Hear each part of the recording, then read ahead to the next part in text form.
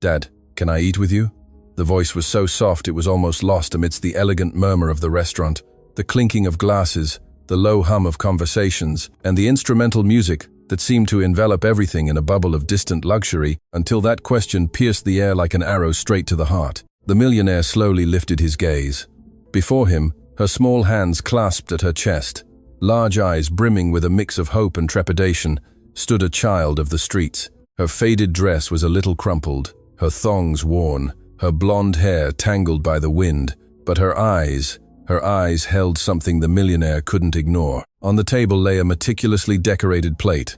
A glass of crisp white wine shimmered under the warm garden lights. Everything was perfect. Everything was in its place, except for that little girl. And for a few seconds that stretched into an eternity, no one dared to breathe. Behind the millionaire, an elegant couple widened their eyes in astonishment. Another woman brought a hand to her mouth as if witnessing something forbidden. A man muttered something about security. The atmosphere tensed, but the millionaire looked at no one else, only at her. The little girl spoke again, almost in a whisper. "I haven't eaten today, but I promise not to bother." The silence grew heavier than gold, and in that instant, something stirred within the millionaire, something that had been dormant for years. But what he didn't yet know was that this simple question would force him to confront a truth he had avoided his entire life, and what that little girl carried with her would change his destiny forever. The millionaire looked back at his plate, then at the little girl, and instead of calling the waiter, he did something that left everyone speechless. He slid his chair slightly back. "Sit," he said softly. The little girl didn't move at first. She seemed not to believe it. "Really?" she asked. "Yes, but first, tell me your name." "Chloe."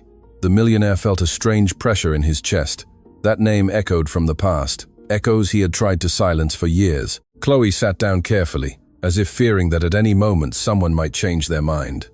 Her hands were small, a little dirty, but they trembled more from nerves than from cold. The waiter approached hurriedly. "Sir, this isn't appropriate." The millionaire raised a hand without looking at him. "Bring her a plate identical to mine." The murmuring around them grew. Some looked on with disapproval, others with morbid curiosity, some with genuine surprise. But the millionaire never took his eyes off the little girl. "Where are your parents?" he asked in a serious tone. Chloe looked down. "I don't have a dad, and Mum is sick." That sentence hit harder than any social criticism. The millionaire felt a lump in his throat. It wasn't guilt, it wasn't pity, it was recognition, because in those eyes there was something familiar to him, a mix of pride and hunger, of dignity and need. "How old are you?" Five. Exactly the same age his daughter would be if he hadn't allowed pride to destroy his marriage years ago.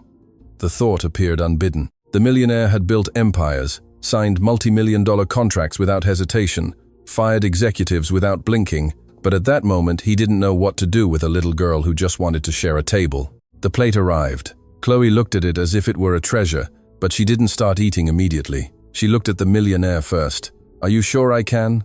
The millionaire nodded, and when she took the first bite, something unexpected happened. It wasn't the scene, it wasn't the stares of others, it wasn't the act of charity. It was the way she closed her eyes as she tasted the food, as if it were the best gift in the world, as if she wasn't used to it, as if every bite were a miracle. And the millionaire felt something he hadn't felt in years. Shame. Not for having money, but for never having looked beyond his own walls. "Do you always eat here?" he asked. Chloe shook her head. "Only when someone lets me stay nearby. Sometimes I leave before they kick me out." The millionaire pressed his lips together. "And today, why did you come up to me?" The little girl hesitated, looking at him intently. "Because you looked like someone I knew." The millionaire's heart skipped a beat. "Who?" "My dad," she whispered. The world seemed to stop. At another table, someone dropped a fork. The millionaire felt the air grow denser. "Your dad is—" "I don't know," Chloe replied with a sincerity that hurt. "Mum says he left when I was a baby, but I think he'll come back someday." The millionaire looked away for a second, not because he didn't want to see her, but because for the first time in a long time, he feared someone was seeing him inside. "And what if he doesn't come back?" he asked, almost in a whisper. Chloe shrugged with a mix of innocence and forced maturity. "Then I'll learn to be brave on my own." That sentence pierced the millionaire like a mirror, because he had learned to be strong, but not brave. The difference was enormous. Strong was closing his heart, brave was opening it. And in that instant, the millionaire began to suspect that this little girl hadn't arrived at his table by chance. There was something more, something he didn't yet understand. But that would soon force him to confront the past he had buried under contracts, travel, and silence. Chloe continued eating slowly, politely. She didn't devour. She didn't ask for more, only expressed gratitude with her eyes. And the millionaire felt that every second by her side dismantled a part of the armor he had built for years.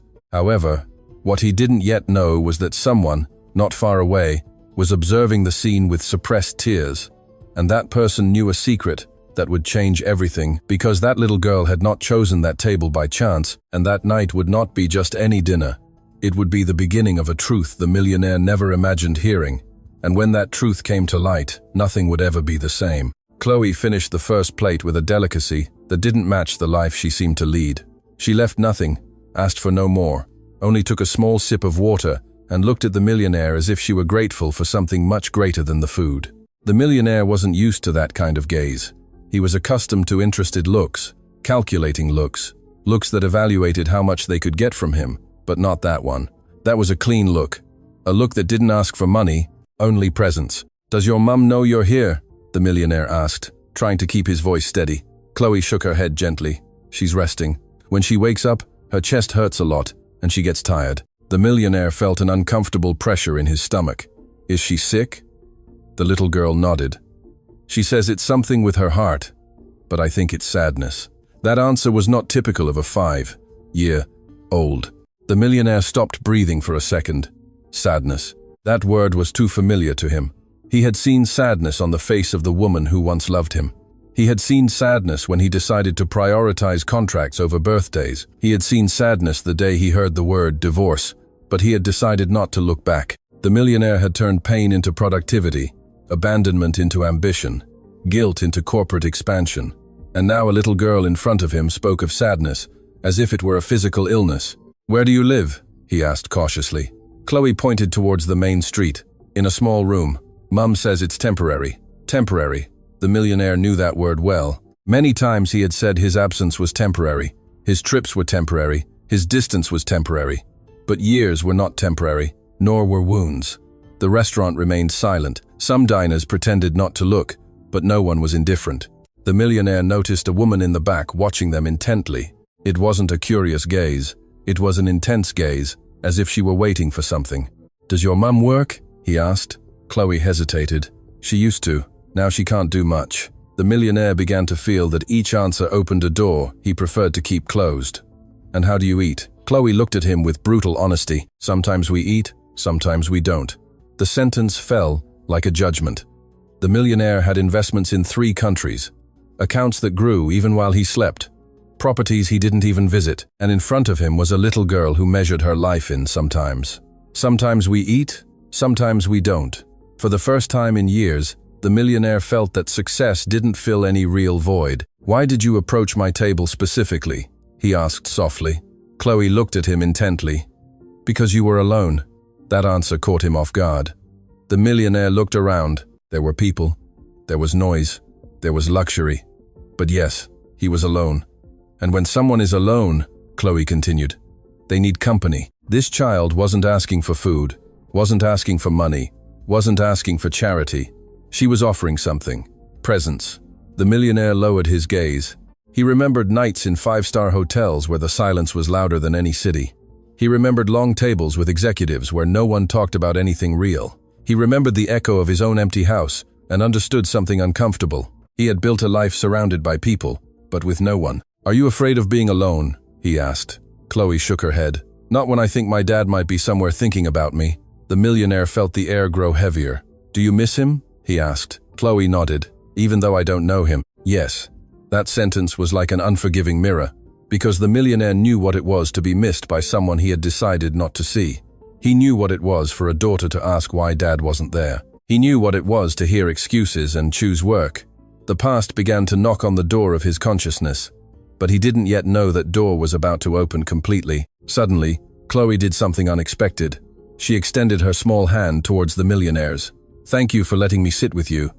The contact was minimal, but sufficient. The millionaire couldn't remember the last time someone took his hand without expecting something in return.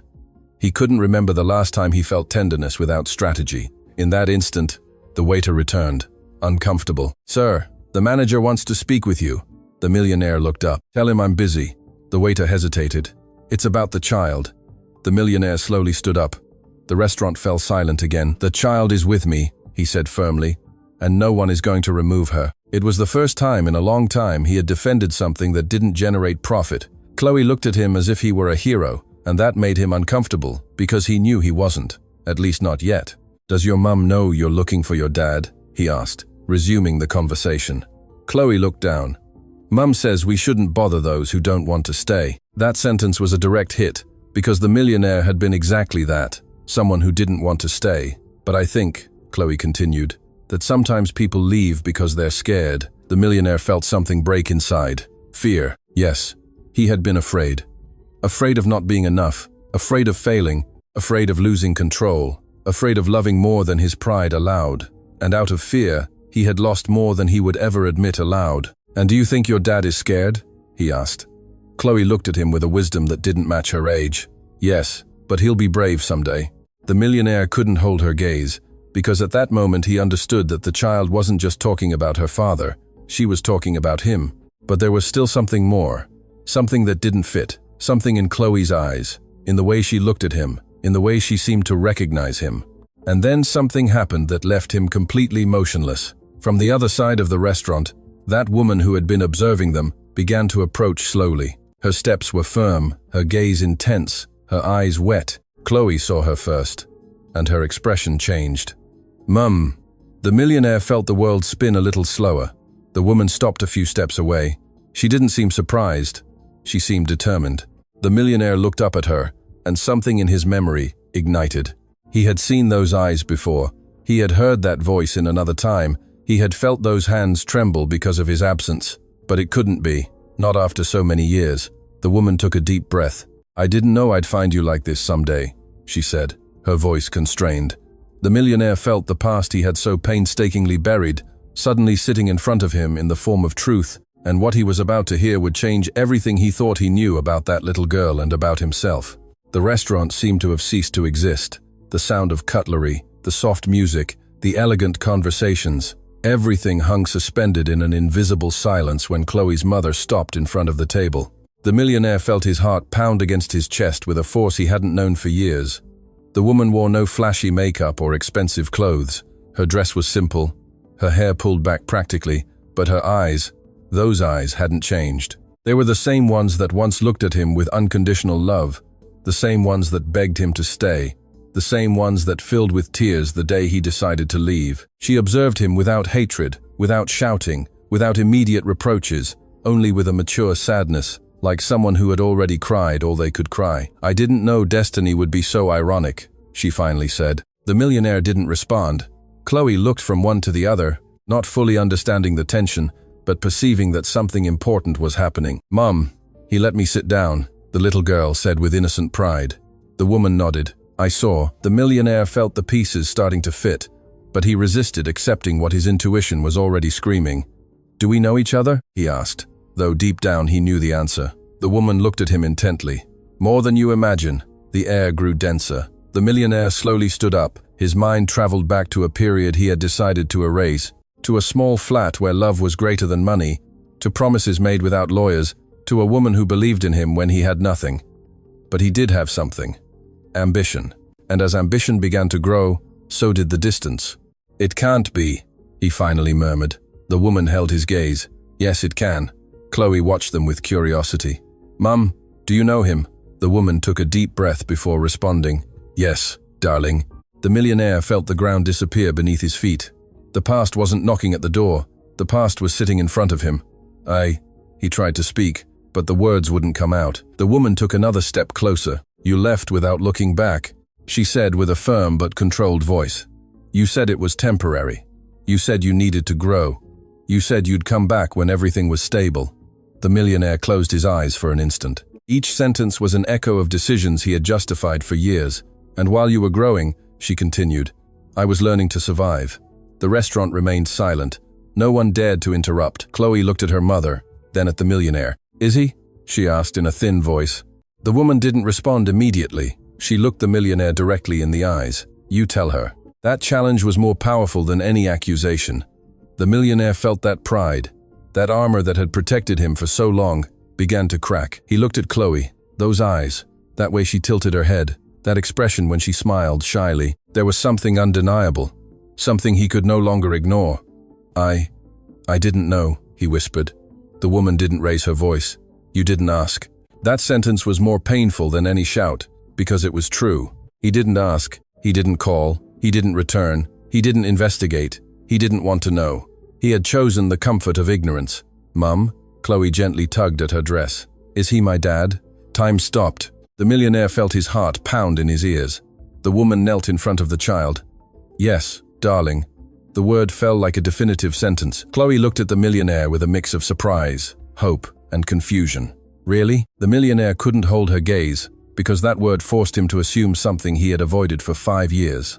Responsibility. He wasn't just a successful businessman, he wasn't just a powerful man, he was a father, and he hadn't been there. Chloe took a small step towards him. Then why weren't you there? The question carried no reproach, only innocence. But that innocence was more devastating than any adult accusation. The millionaire felt something break inside his chest, because he didn't have an answer. He could give a 5-year-old. You for your lofo. He couldn't talk about ambition. He couldn't talk about contracts. He couldn't explain wounded pride. He could only admit an uncomfortable truth. Because I was a coward. The woman looked at him, surprised by the honesty. Chloe frowned slightly. But I said my dad would be brave someday. The millionaire felt his eyes well up for the first time in years. You're right, he said, his voice broken. And I'm trying to start now. The woman crossed her arms. Trying doesn't erase 5 years. I know. That was the first time he hadn't tried to justify himself. He didn't blame fate. He didn't blame work. He didn't blame anyone else. He took responsibility. The silence was profound. Chloe looked at her mother, then at the millionaire. So, I'm not alone anymore? That question was like a light piercing the darkness. The millionaire knelt down to her height. You never should have been. The woman looked away for a moment, suppressing emotions she had learned to repress. She doesn't know everything, she finally said.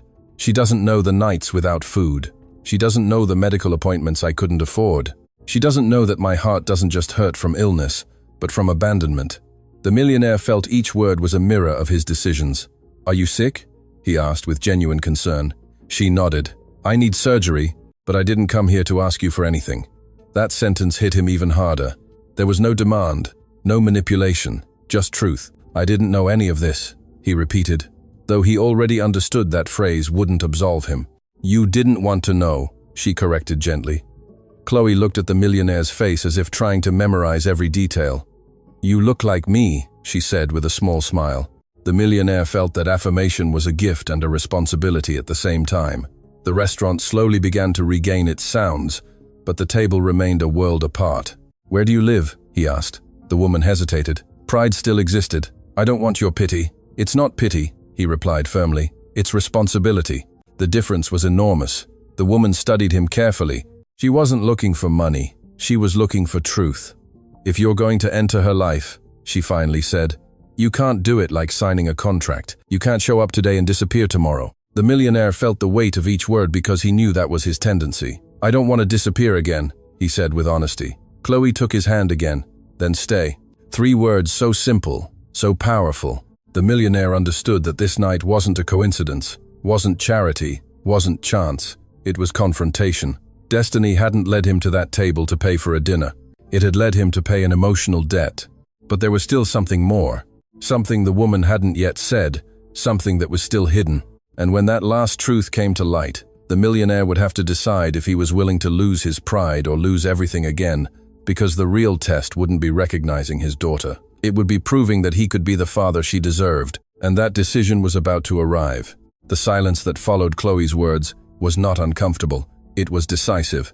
The millionaire remained crouched in front of his daughter, feeling the weight of that small hand in his. It wasn't a fragile hand. It was a hand that had learned to hold itself up too soon. Chloe's mother remained standing, watching him with a mix of caution and weariness. There was no hatred in her gaze, but no trust either. There was something more complex, a silent evaluation. She wasn't seeing the man who had knelt before her daughter. She was seeing the man who once promised to stay. If you truly want to be in her life, she finally said, her voice firm but serene, you can't do it half-heartedly. The millionaire slowly stood up. He no longer felt like the owner of an empire. He felt like a man facing a moral exam. "I don't want to do it half-heartedly," he replied. She looked at him deeply. "Then listen carefully." Chloe watched them in silence, sensing that something important was about to be defined. "I'm not going to accept money without commitment," her mother continued. "I'm not going to allow you to appear as a hero for one night and disappear when the emotion passes." The millionaire didn't interrupt. "She doesn't need a sponsor," she added. "She needs a father." Those words lodged with surgical precision in the millionaire's chest. For years, he had solved problems by writing checks. He had fixed mistakes by paying compensation. He had bought silence, loyalty, and opportunities. But this wasn't a financial negotiation. It was a test of character. "What do you need from me?" he finally asked. She didn't hesitate. "Presence." The word resonated with unexpected force. Presence at medical appointments. Presence on difficult nights. Presence when she asks why you weren't there before. Presence when she's scared. The millionaire felt each sentence disarm a part of his ego. "And if you decide to leave again," she continued, "you won't just break her, you'll break me again." The restaurant had already returned to its usual rhythm, but for them, the world remained still. Chloe looked at the millionaire as if waiting for a promise she didn't know how to formulate. "I'm not leaving," he said with a conviction that surprised even himself. Her mother studied him in silence. "Time will tell." That sentence was a clear line. Trust wouldn't be immediate. The millionaire took a deep breath. For the first time in years, he wasn't thinking about his agenda. He wasn't calculating risks. He wasn't evaluating profits. He was feeling, and that unsettled him more than any business crisis. "I need to see where you live," he finally said. She frowned slightly. "It's not a place you'll be proud of." "I didn't come to feel proud," he replied. "I came to take responsibility for what's mine." The mother looked at him for several seconds. There was sincerity, but also uncertainty. "All right," she finally said. Chloe smiled with restrained joy. "Then, let's go. All three of us." That simple phrase carried enormous meaning. All three of us. The millionaire felt that word had a weight he had never considered. For years, he had lived in the singular, my company, my goals, my success. Now there was a plural that demanded commitment. My daughter, her mother, our responsibility. They left the restaurant under curious gazes. Some whispered, others watched with judgment. But the millionaire looked at no one else. He walked beside Chloe, aware of every step. The little girl took his hand without asking permission, and that naturalness moved him. There was no resentment in her, no reproach, only an openness he wasn't sure he deserved. As they walked through less illuminated streets, the contrast became evident. Luxury was left behind. Golden lights turned into flickering streetlights. The impeccable pavement gave way to uneven footpaths. The millionaire felt that every step took him further from his comfort zone and closer to a truth he couldn't ignore. They arrived at an old building with peeling paint and windows that told stories of resilience. "Here," said the mother. They climbed narrow stairs. Chloe spoke with enthusiasm. "Mum makes yummy soup when she can, and she reads me stories even when she's tired. And she says your heart heals with hope." The millionaire swallowed. This woman had not only raised his daughter alone, she had protected her innocence. They entered the small apartment. It was modest, but clean, tidy, well cared for. There were drawings taped to the wall, a small worn sofa, a simple table, no luxury. But there was something he didn't have in his mansion: warmth. The millionaire observed every detail as if evaluating a reality he never wanted to look at. "It's not much," the mother said, anticipating judgment. "It's enough to show you fought," he replied. She looked at him with surprise. Chloe ran to a drawer and pulled out a drawing. "Look," she said excitedly. "I made it for when my dad came back." The millionaire felt the air stop. It was a simple drawing, 3 figures holding hands, a bright sun, a small house. Above, written in childish letters, "My family." The millionaire felt something break inside. There was a family drawn, a family that existed in his daughter's imagination, but which he had ignored in reality. "I saved it," Chloe said, "because I knew it would happen someday." The millionaire couldn't speak for a few seconds. The mother watched him, not seeking to move him, but seeking to understand if he was grasping the magnitude of what he had lost. "You need an operation," he finally said, returning to the pending conversation. She nodded. "Yes, and it's not cheap. I'll take care of it." She raised her hand gently. "I don't just want you to pay." The millionaire looked at her, understanding what she was really asking. "I want you to be in the waiting room. I want you to explain to your daughter why Mum is going into surgery. I want that if something goes wrong, she isn't left alone." The millionaire felt each word forcing him to leave his old self behind. He couldn't solve that with money, only with real commitment. "I'll be there," he said. She held his gaze. "Then start now." Chloe approached and hugged the millionaire's legs, a spontaneous, natural gesture, without reservations. He hesitated for a second, and then awkwardly hugged her back. He didn't know exactly how to do it, but he knew he didn't want to let go. In that small apartment, far from luxury and cameras, the millionaire understood something fundamental. True power wasn't controlling markets. It was holding small hands when fear appeared. But there was still something more, something the mother hadn't yet said, a detail that would completely change how he understood the past. She sat down slowly on the sofa. "There's something you need to know. When I left the hospital the day she was born, I tried to call you." The millionaire frowned. "I never received that call." She nodded. "I know, because someone blocked my number." The silence was immediate. "What do you mean?" She took a deep breath. "Your assistant at the time told me you didn't want to know anything, that you were focused on an important business deal, that I shouldn't insist." The millionaire felt his blood run cold. He vaguely remembered that time, a crucial negotiation, international travel, a series of filters on his phone to avoid distractions. "I never asked for that," he whispered. She looked at him with a mix of sadness and resignation. "But you allowed it." That sentence was an unexpected blow. It wasn't just an external betrayal. It was a consequence of his own carelessness. He had delegated his life so much that someone else decided what news reached him, and the most important news never did. The millionaire felt a mix of rage and guilt. He couldn't completely blame a third party. He had built a wall around his time, and that wall blocked what mattered most. "I need to know everything," he said firmly. She nodded. "Then be prepared, because what's coming isn't comfortable." The millionaire understood that the real story was just beginning. It wasn't just a reunion, not just a discovered daughter.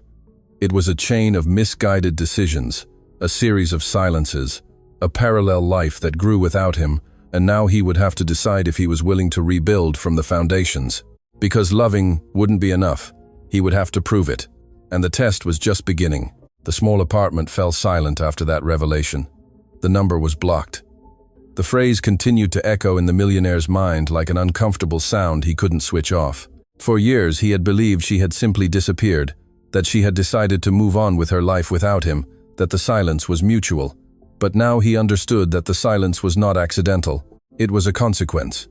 A consequence of a life so insulated that not even the birth of his daughter managed to pierce the filters he himself had created. "I need to understand everything," he finally said in a low but firm voice. Chloe's mother sat carefully on the sofa, as if her body carried more weight than it appeared. "The day she was born," she began. "I tried to call you more than 10 times. The millionaire closed his eyes for an instant.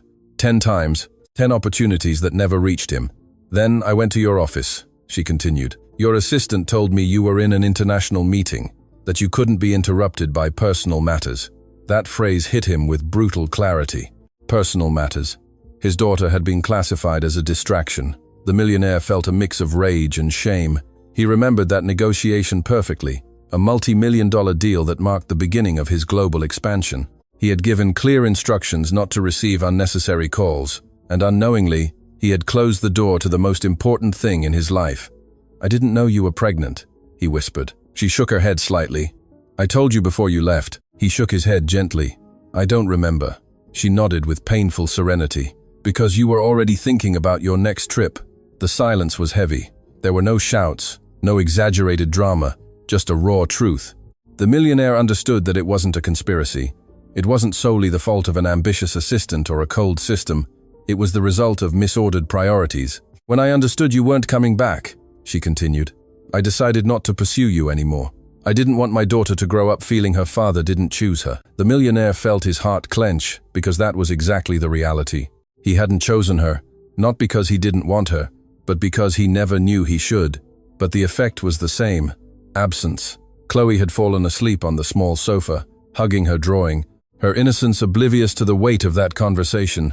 The millionaire watched her with a mixture of tenderness and guilt. "Why did you never try to find me after that?" he asked. She took a deep breath. "Because love isn't begged for." That sentence was a lesson in itself.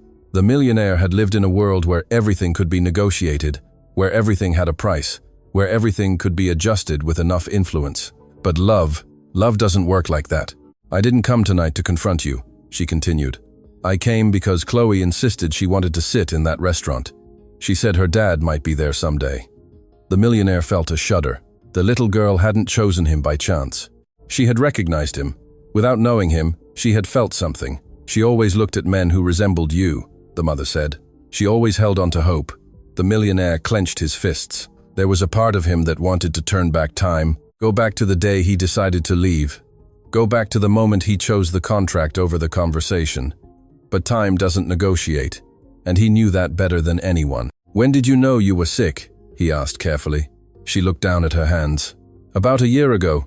Heart problems. I need surgery soon. And how have you managed all this alone?" She looked at him with a faint, tired smile.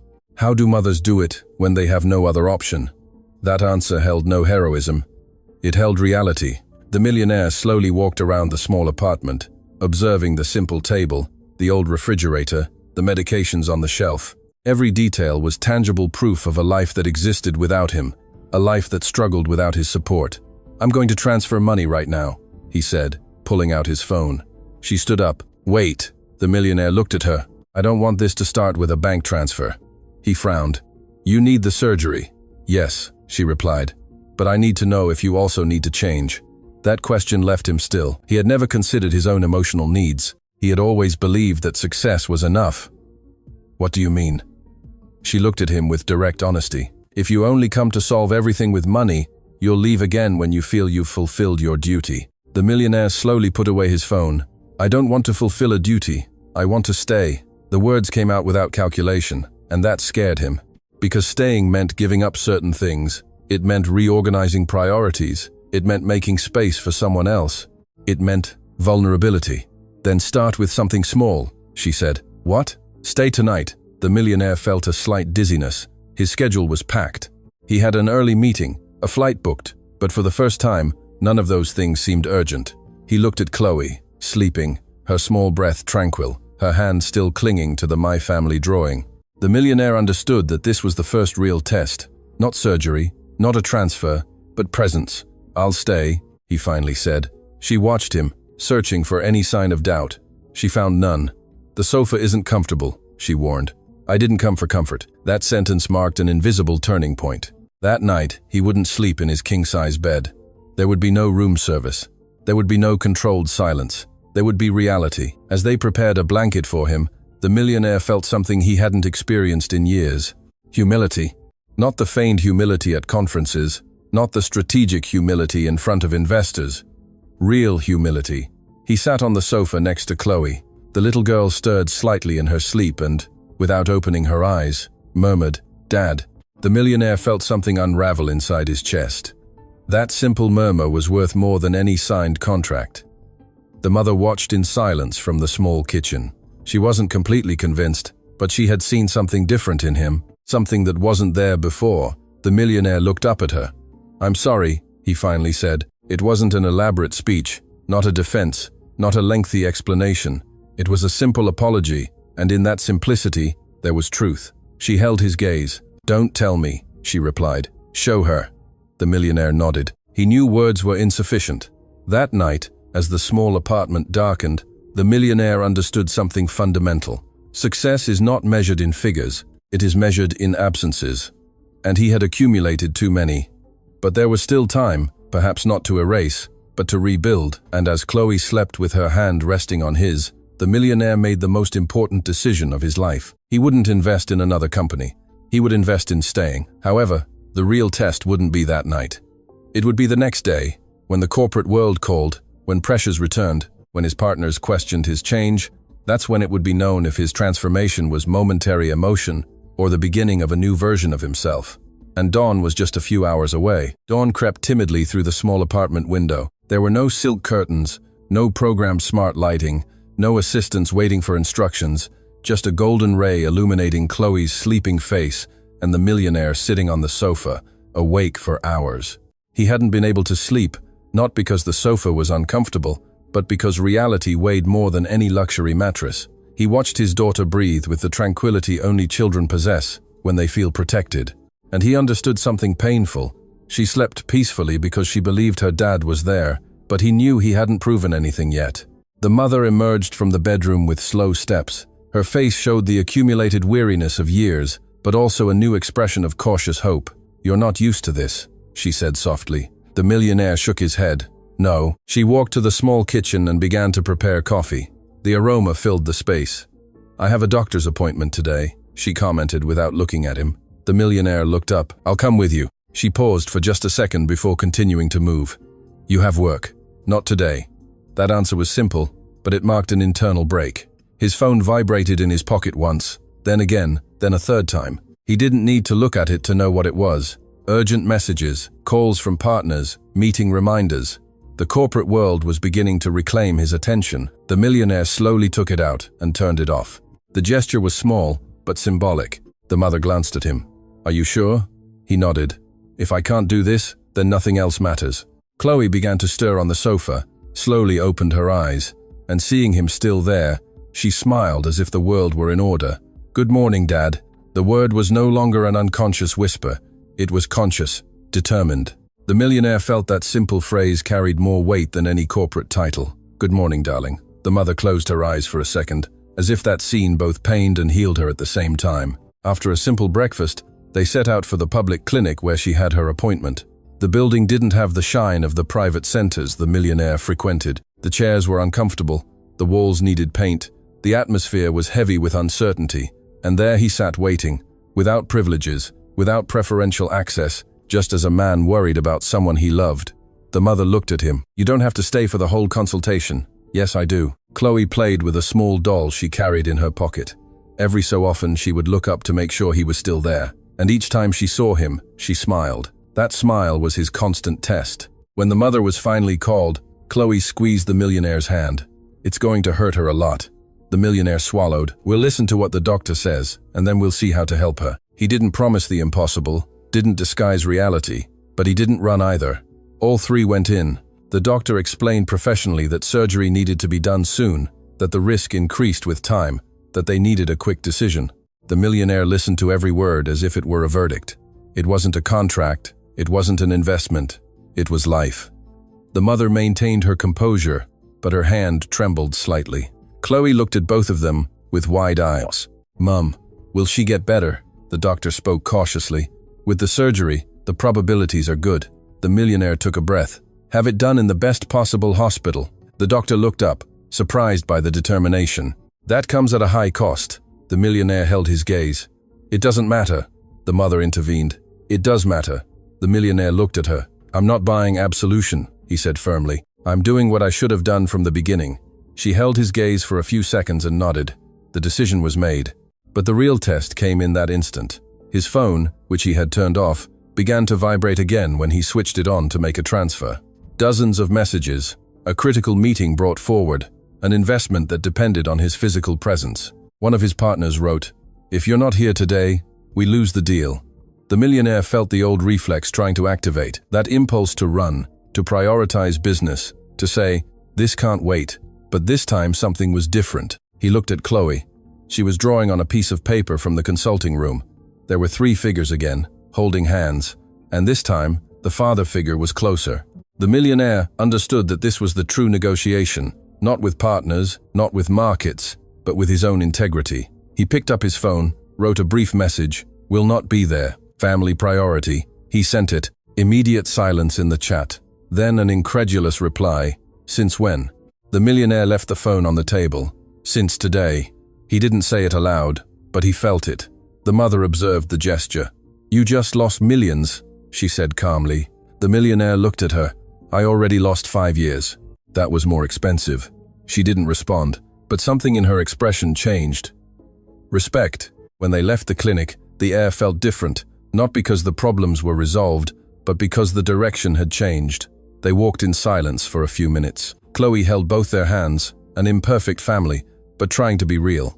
"Will you stay when Mum is in surgery?" the little girl asked. The millionaire knelt in front of her.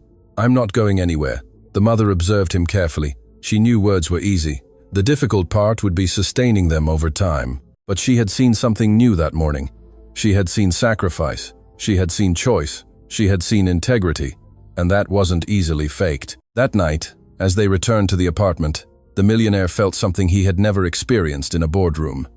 Fear. Not fear of losing money, not fear of public failure, but fear of failing as a father again. That fear didn't paralyze him. It propelled him. They sat down for a simple dinner. Chloe talked excitedly about school, about a friend, about a story she wanted him to hear. The millionaire listened with absolute attention. He didn't interrupt, didn't look at his watch, didn't check messages. Presence. The mother watched him from the kitchen. There was still pain. There were open wounds. But there was also something unexpected. Hope. When Chloe went to sleep, the apartment fell silent. The millionaire and the mother sat facing each other. "This doesn't erase the past," she said softly. "I know. And I don't forgive you yet." He nodded. "I didn't come to ask for immediate forgiveness." She looked at him intensely. "I came to see if you could stay." The millionaire took a deep breath. "I don't know how to do it perfectly, but I want to learn." The sincerity was new in him. No strategy, no prepared speech, just truth. She nodded slowly. "Then, let's start with tomorrow." The millionaire understood that reconstruction wouldn't be a single event. It would be a day-by-day process, choice after choice. And as he looked at the small room where Chloe slept peacefully, he understood that the greatest wealth he had ignored for years was just a few steps away. But something was still missing. The surgery, the recovery, the adaptation, and one last test that would test his transformation. Because the outside world wouldn't easily accept his change, and soon he would have to defend this new priority to those who never understood the value of staying. The most difficult battle wouldn't be against the past. It would be against the old version of himself. And that battle was just beginning. The surgery was scheduled for the following week. 7 days. 7 days that seemed too little time for the world, but an eternity for someone who was trying to rebuild what he had destroyed with absence. The millionaire did not return to his mansion that week. He cancelled meetings, delegated strategic decisions, reorganized his agenda. His partners began to worry. Some called directly, others sent ambiguous messages. One even showed up, unannounced, outside the modest building where he now spent most of his time. "What are you doing?" the incredulous partner asked, looking around with obvious discomfort. The millionaire held his gaze without hesitation. "What I should have done years ago." The partner frowned. "You're risking enormous investments for a personal situation." The millionaire took a deep breath. Before, that phrase would have made him react. He would have felt challenged. He would have defended his position with figures and arguments, but now he didn't need to convince anyone. "It's not a personal situation," he replied with calm firmness. "It's my daughter." The partner was silent for a few seconds. "You never spoke of a daughter?" The millionaire held his gaze. "I was never there for her." The silence was uncomfortable. The partner tried a last push. "The market doesn't wait. If you miss this opportunity, it might not come back." The millionaire looked towards the apartment window where Chloe was drawing with absolute concentration. "Some opportunities never come back," he finally said. "I already lost her once." The partner understood that he wouldn't change his decision, and left. The millionaire closed the door calmly. That was the real test, not the surgery, not the money. It was upholding his choice against the world that had always defined him. That night, as he helped Chloe with a school assignment, the little girl looked up. "Are you going to leave when Mom goes into the hospital?" The millionaire put the pencil down on the table. "No, even if work calls you." The question was innocent but sharp. The millionaire smiled gently. "Work can wait." Chloe tilted her head. "Mum says adults sometimes say that, but they don't always mean it." The millionaire felt the sting. It wasn't an accusation. It was experience. "Then, look at me," he said, "and you decide if I mean it." Chloe watched him for a few seconds as if evaluating his sincerity, then smiled. "I believe you." That trust shook him more than any corporate pressure, because it was fragile and could easily break. Days passed between medical appointments, preparations, and simple moments. The millionaire learned to prepare a simple breakfast. He learned to read stories with exaggerated intonation. He learned to listen to stories without looking at his watch. Each gesture seemed small, but for him, it was revolutionary. The mother observed everything with caution. One night, while Chloe slept, they sat facing each other. "I didn't think you'd stay," she admitted. "Neither did I," he replied with honesty. She looked at him intently. "What changed?" The millionaire took a few seconds to respond. "I discovered that everything I built was meaningless if I didn't know who I was building it for." She looked down. "You always wanted to win." He nodded. "But I didn't understand that winning also meant staying." That sentence hung in the air. The surgery arrived. The hospital was modern, thanks to the millionaire's decision to move her to a specialized center. The mother was outwardly calm, but her hands revealed fear. Chloe held the millionaire's hand tightly. "It's going to hurt her a lot." The millionaire knelt to her height. "The doctors know what they're doing, and I'll be here the whole time." The mother looked at him before entering the operating room. There were no grand speeches, just a look laden with history. "Don't leave her alone," she said. "Never again," he replied. The door closed. The wait began. Hours that felt like days. The millionaire didn't look at his phone, didn't check emails, didn't reply to messages. He sat next to Chloe, explaining what he could without lying to her. He told her stories. He talked about stars. He promised her that no matter what, she wouldn't be alone. In the midst of the wait, his phone vibrated insistently. It was the same critical negotiation he had postponed. A final message appeared. "Last chance. Confirm your presence now." The millionaire looked at the screen. That decision would define not only his career but his integrity. He looked at Chloe. The little girl was leaning on his shoulder, trying to be brave. The millionaire turned off his phone again. No drama, no doubt, just choice. Hours later, the doctor came out. The surgery was successful. Chloe threw herself into the millionaire's arms. "I told you she'd be okay." The millionaire felt tears he couldn't hold back. They weren't tears of guilt. They were tears of relief. The mother was moved to recovery. When they could finally see her, the millionaire held her hand. "It went well," he whispered. She slowly opened her eyes, looked at him, and for the first time in years, she didn't see distance.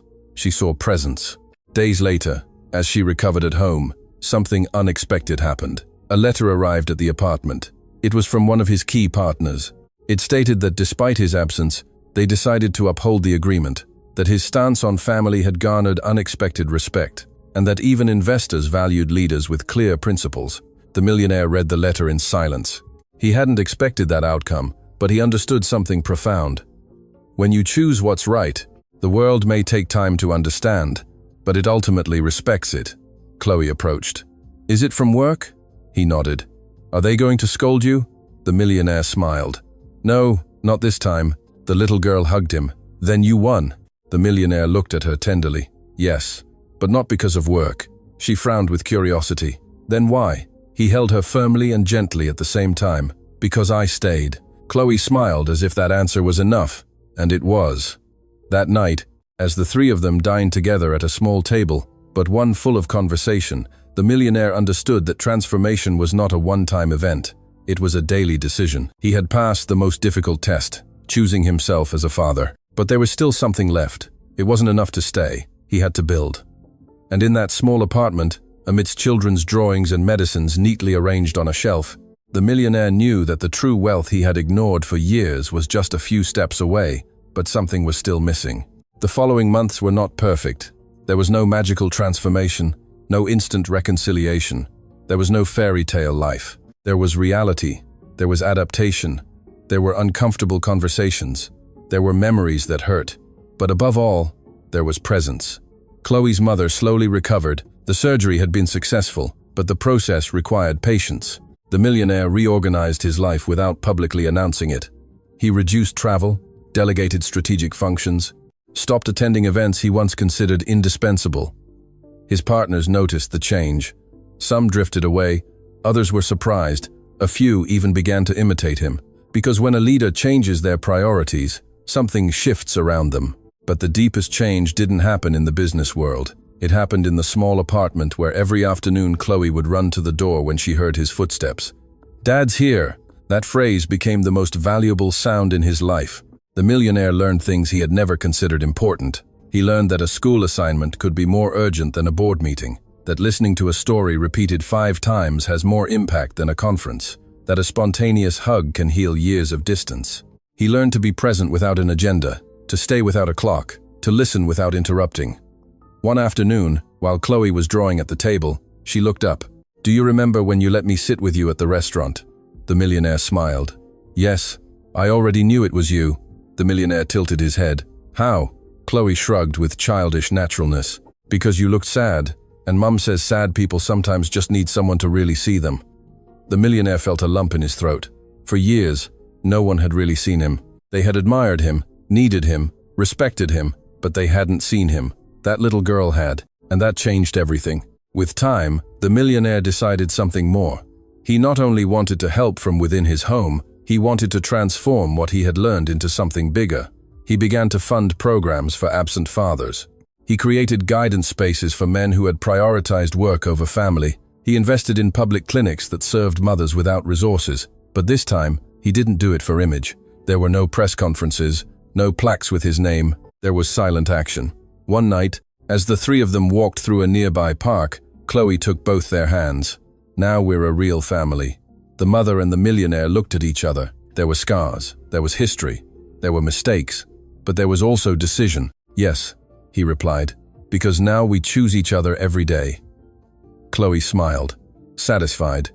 The millionaire understood something essential. Being a father wasn't a title, it was a daily practice, not an event, but constancy. One afternoon, as they organized boxes to move to a larger, not luxurious but comfortable place, Chloe found her old drawing, the one with the three figures holding hands. She held it proudly. "Look," she said, "now it really looks like us." The millionaire looked at the drawing. The father figure was no longer distant. He was in the center, firmly holding both hands. "Thank you for believing in me," he whispered. Chloe frowned tenderly. "I didn't believe. I knew." That childlike certainty was the greatest gift he received. In time, the apartment was left behind. Not out of shame, not out of rejection, but because now they could grow together. The new home had no excesses. It had balance. The millionaire was still successful, but he was no longer obsessed. He had learned to say no to unnecessary meetings. He had learned that money is a tool, not an identity. He had learned that absence is more costly than any financial loss. One night, while Chloe slept, the mother approached the millionaire. "Do you know what surprised me the most?" she asked. "What?" "That you didn't try to defend yourself when you learned the truth." The millionaire took a deep breath because there was no possible defense. She nodded. "And that's what changed everything." Humility was not weakness, it was maturity. The millionaire understood that true leadership is not exercised in boardrooms. It is exercised in intimate decisions, in staying when it's easier to leave, in listening when it's more comfortable to ignore, in taking responsibility when it's tempting to justify. Years later, when Chloe was older, a teacher asked her to write an essay about the person who had surprised her most in her life. Chloe wrote, "My dad surprised me because he decided to stay. He didn't talk about money, he didn't talk about businesses, he didn't talk about gifts, he talked about presence." When the millionaire read those lines, he understood that his greatest legacy would not be buildings or investments. It would be that phrase. He decided to stay. Sometimes we believe that success is measured by what we accumulate, by what we achieve, by what we show to the world, but life silently evaluates us differently. It asks us, were you there when someone needed you? Did you choose to stay when it was uncomfortable? Did you truly see those around you? The millionaire in this story had everything, except the most important thing, and it was a simple question asked by a hungry and hopeful little girl that forced him to awaken. "Dad, can I eat with you?" That question wasn't just about food. It was about companionship, about presence, about love. Because in the end, we don't remember how much we earned. We remember who was there. If today you have the opportunity to stay, do it. If you can call, call. If you can listen, listen. Because time doesn't go back, but decisions can change the future. And sometimes the greatest act of love isn't to promise, it's to stay.